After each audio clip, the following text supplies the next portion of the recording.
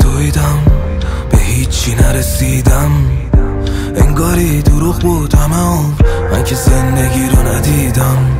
یکم دیره واسه آرزو کردن، آرزوم روزا بود که رفتن. بهاری نیومد هرچی گل کاشتم، گذشت از من دیگه ذوق داشتم. دل خوشی های تو دلم سوخت دیگه، حالا همه حرفای دلم بوی دود میده. رسیدن چیه من عادت دارم، به دوری میخوام بخندم ولی یادم چی جوری.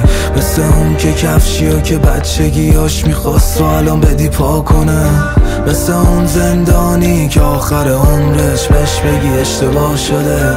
خدا هم به خود الان دیگه من نمیخوام بهش بگی دیگه کم دیر شده. اون بچه‌ای که شوق رسیدن به آرزوهاشو داشت دیگه پیر شده.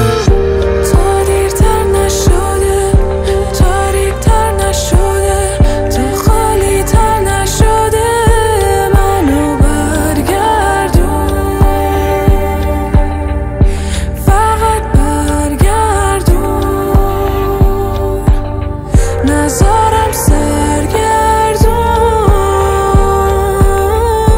فقط برگردون.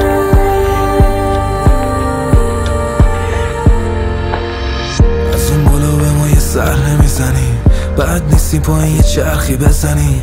اگه نزدم این رگو تا الان فقط چون نزدیکتر از یه رگ به منی.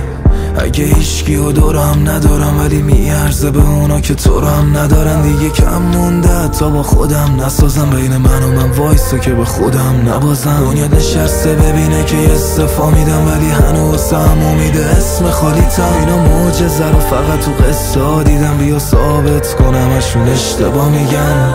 برود نمیارم اگه زندگی نکردم و اداشو در آوردم.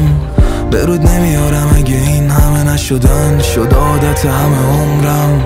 اگه انقدر دیر شد که دیگه هیچ چیزی عوض نمیکنه حالمو، ولی نمیرم از این دنیا تا وقتی باش صاف نکنم حسابمو. میرسه صدام بالای شلوغ